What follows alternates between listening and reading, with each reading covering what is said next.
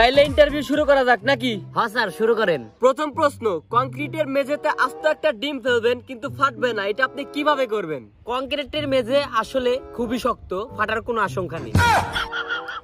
আমি ডিমের কথা বলছি।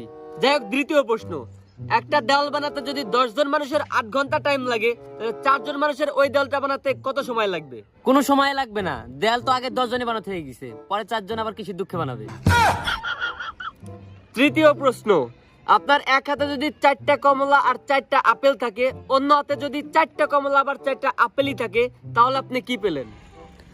এতগুলো ফল রাখার জন্য বিশাল বড় 2টা হাত পেলাম। চতুর্থ প্রশ্ন, এক হাত দিয়ে কিভাবে একটা আস্ত হাতিকে উপরে তুলবেন?